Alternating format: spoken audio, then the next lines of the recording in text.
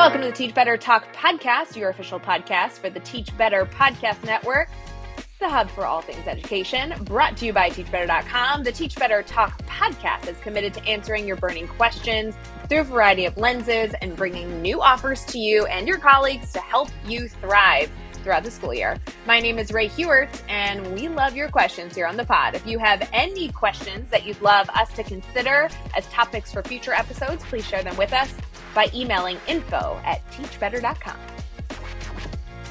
How do we keep our brain as healthy as possible? We are diving into so many great things during this episode. However, before we get too far in, I do want to give a quick shout out to the one and only Joshua Stamper. He is one of the people internally on the Teach Better team who definitely keep my brain healthy. He is constantly challenging my thinking, designing new things for the team, and building relationships. And I just want to give a huge shout out to somebody who's constantly in my corner and looking at the Teach Better team holistically and saying, how can we make it better? I always love when I am able to encourage all of you to connect with Joshua _Stamper. And as a reminder, he does have a podcast here in our podcast network that you can go check out called Aspire to Lead. As somebody who I also admire for her amazing leadership and the guest that will be giving us all the good information today, we have a beautiful person with us. Do you mind introducing yourself and sharing a little bit about what you do? You bet. Thanks so much for having me on, Ray. My name is Annick Rauch. I am a first grade French immersion teacher from Winnipeg, Manitoba, Canada. I am also the author of Phenomenal Teacher, Pursue Your Dreams and Still Be Your Best Self at Work and at Home.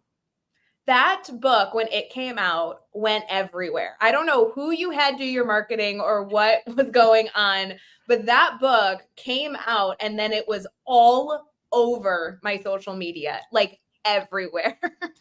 That's great to hear. I'm so glad. I feel like, it's an important message and maybe one that we don't talk about often enough. So I'm glad that I'm getting to share that message I'm very passionate about. So wonderful. I know many of you already have the book and you don't necessarily need to hear about it, but in case you're a newbie to our Teach Better family and you don't have this book on your bookshelf, do you mind giving us a little preview of what they might be able to expect when they click order over on Amazon or Barnes & Noble? Yeah, you bet. So I am a mom of 4 and I also work full time. And so when people hear that, they often have to pick up their jaws off the floor thinking like, how are you doing all that you're doing? I'm an avid social media user. I blog. I'm now an author. I run. I do all the things. My boys are in all the sports. And so basically it just comes down to lessons that I've learned that I feel enable me to do all that I do on a consistent basis without burning out, although I have been there. I just haven't stayed there. So it's a short little 21 chapters, 21 lessons of things that I've learned along the way in hopes that it will help others pursue their dreams and just not being defined by their roles. Oh, the dog's barking.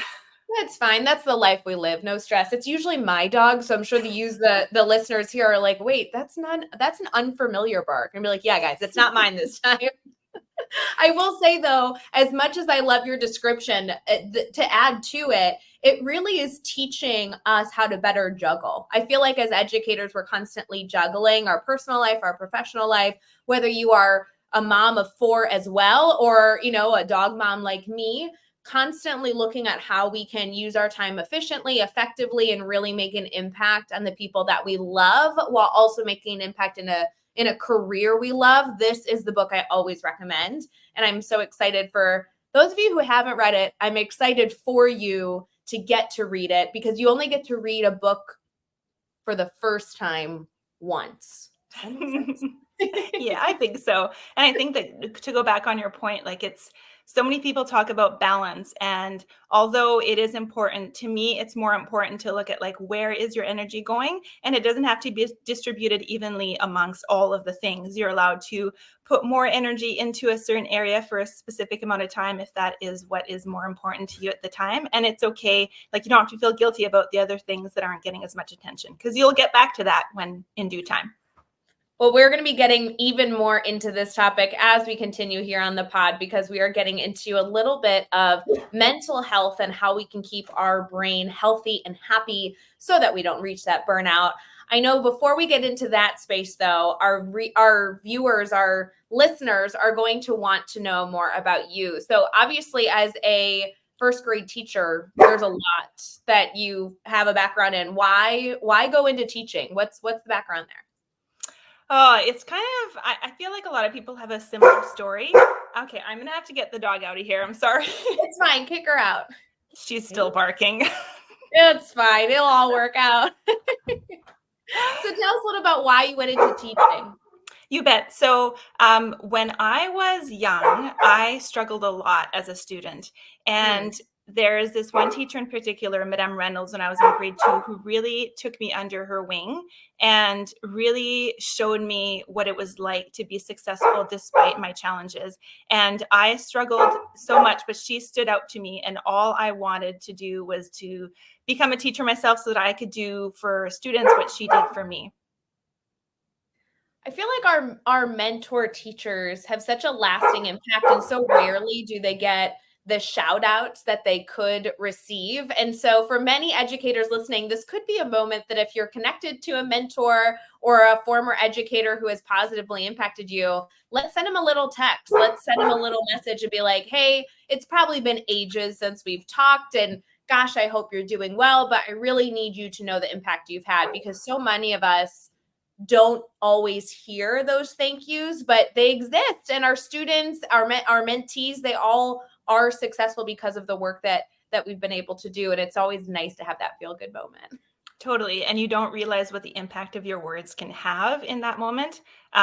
It's actually funny because I was able to have Madame Reynolds be a substitute teacher for me a few years ago. And it was such a cool moment to have her come into my classroom and to be able to see her again as a grown adult and just to express my gratitude. So yeah, for sure, do it if you can. That's so fun. I love it. I owe so many thank yous. And actually, when I graduated college, I wrote a lot of apology notes because I was in special ed all through my upbringing, and I was a terror student to have. And then after graduating from college and becoming an educator, I'm like, oh boy, I just owe so many people a I'm sorry and a thank you. So special shout out to Miss Davidson in second grade, all of the amazing special ed teachers I had, including Miss Hinchy. I mean, it just goes on and on and on of the people that we in our lives have that incredible impact. And you're right. I mean, outside of me thinking to reach out during a point in my life, they would never necessarily have known their impact, at least in my life. Right. And we are in a profession that really, we don't get to hear about the impact that we're having nearly often as we should. So the more we can spread that, the better. So good. We're going to get into our content here, looking at this story of how we can keep our brain healthy. Obviously, yesterday we were able to add a little bit of magic. If you didn't catch that episode, make sure you go back and listen to Tom. But today we're getting into applying that magic. What are actually the strategies that you can put in place for you, for your students, for your colleagues, friends, and leaders to make sure our brains stay healthy? Stick with us.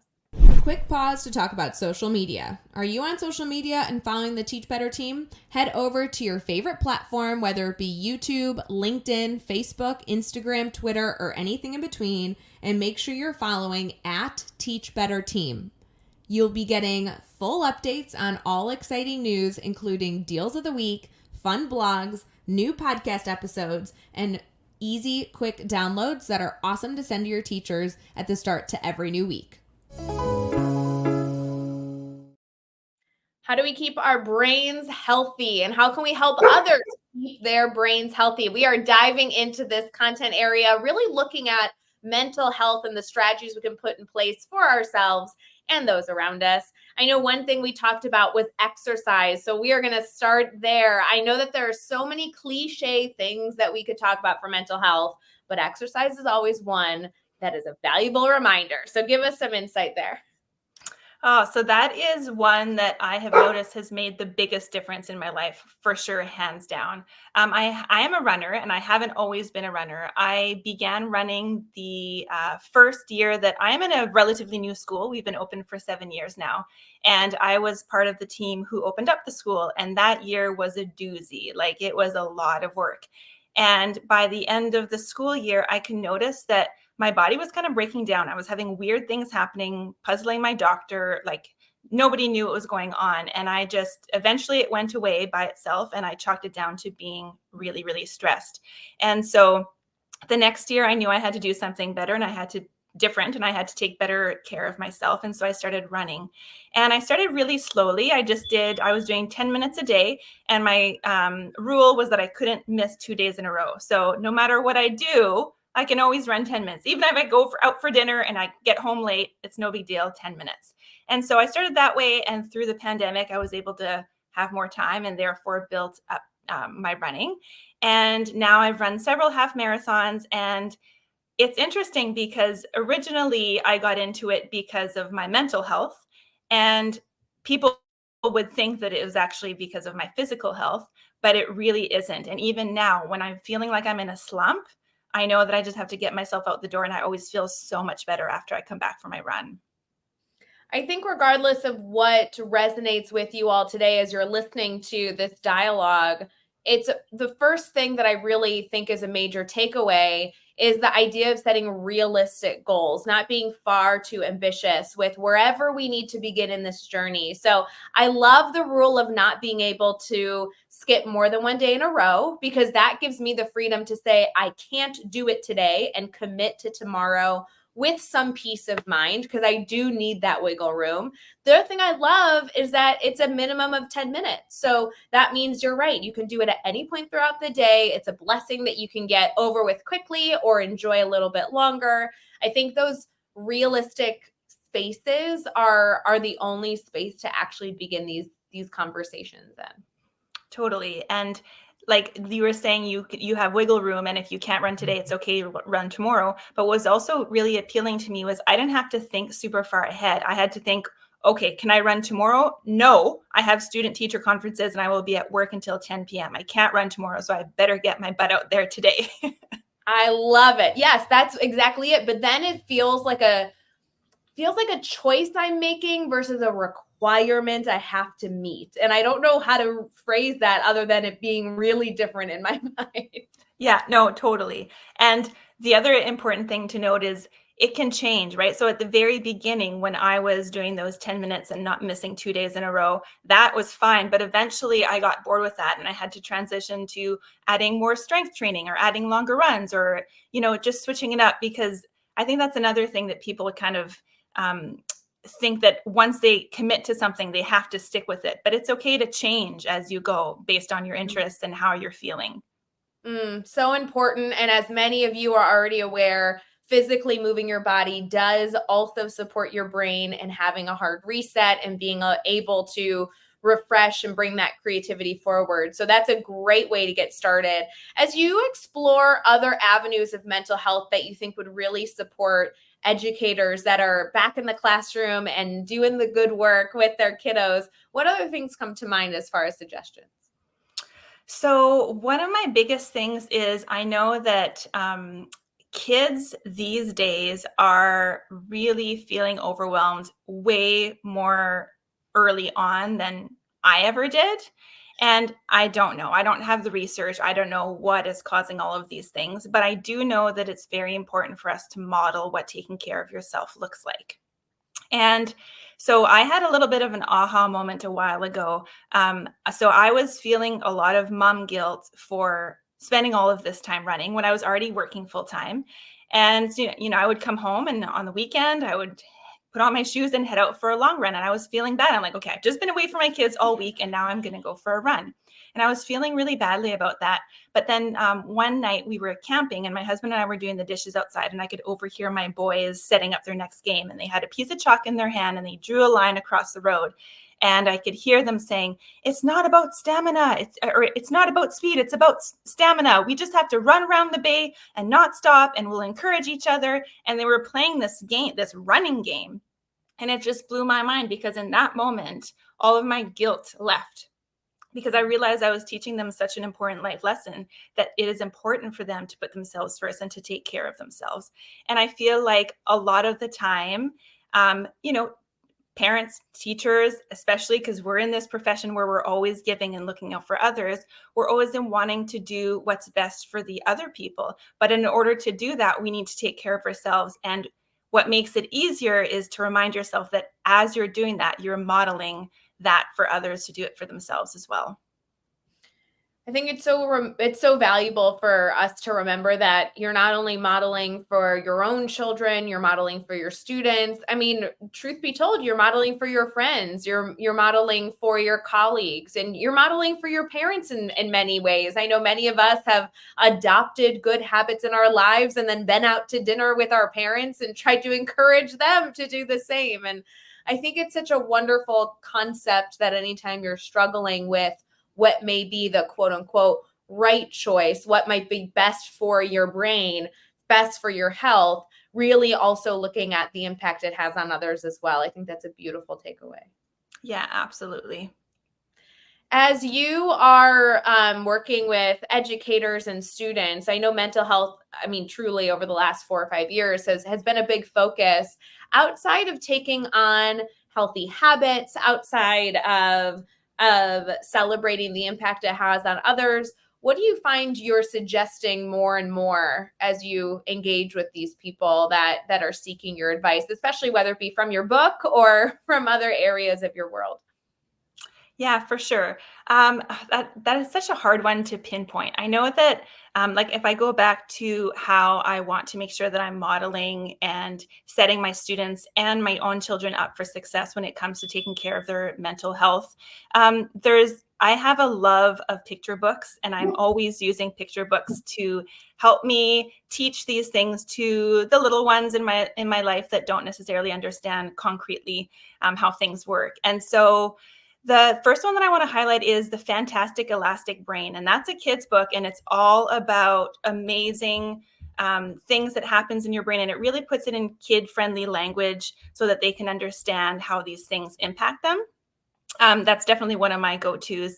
And then once I've read that to my students, we typically read a few other social emotional learning books, and one of my favorites is Frog's Breathtaking Speech.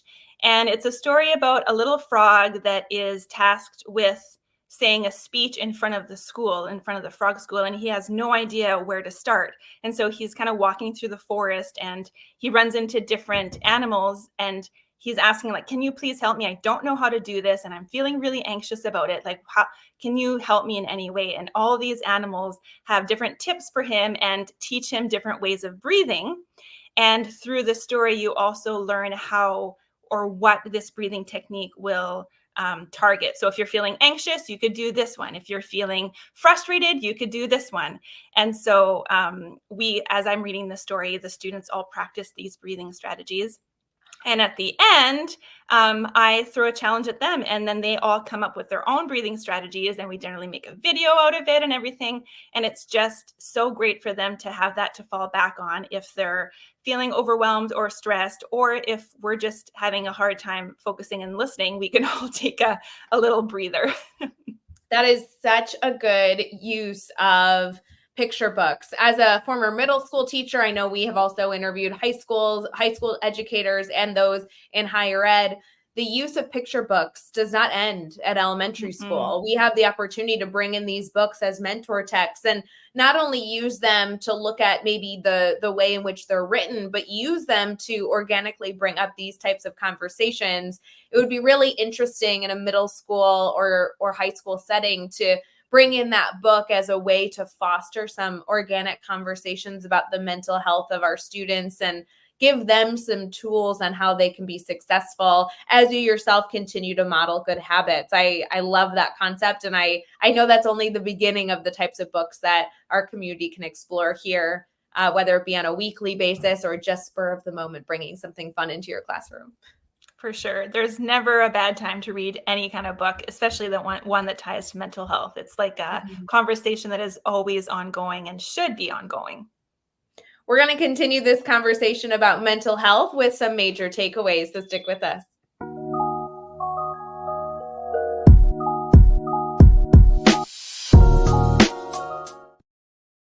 How can we keep our brain healthy as we explore how mental health has a big impact with some major takeaways, not only how you can model for others, but also how you can set realistic goals for yourself to make sure that you are sticking with what you need to do to stay as healthy as possible. We're going to get into some major takeaways right before we get into also some contact information so you can add our wonderful guest to your PLN. If you were to reflect on a major takeaway that you hope our listeners take away from this episode, whether it be because they fast forwarded to this part and they weren't able to listen to the whole show, or they were multitasking and they want to really reflect on making sure they took the right advice away from this conversation, what comes to mind? The first thing I would say is that self-care is incredibly personal. And so you need to look inwards to know what's going to work for you. And, some people in the past have looked at me and say, like, why do you work so much? Why are you going back to work after your kids are in bed? Why are you blogging? Why are you writing? But what they didn't understand was that was fueling me. And it was actually a really good thing for me to do. So we all have our own things that fill us up. I love to go to the spa, just like a lot of people do, but some people would rather do yoga, or some people want to go golfing or play on a hockey team. And so you just need to do what it is that fills you up, regardless of what other people think. Perfect takeaway as we are midway through our week and have a lot in store regarding this conversation of better understanding how our brain works. Before we head out of this conversation, I do want to make sure our community is able to connect with you on social media or anywhere else. So how can they stay connected?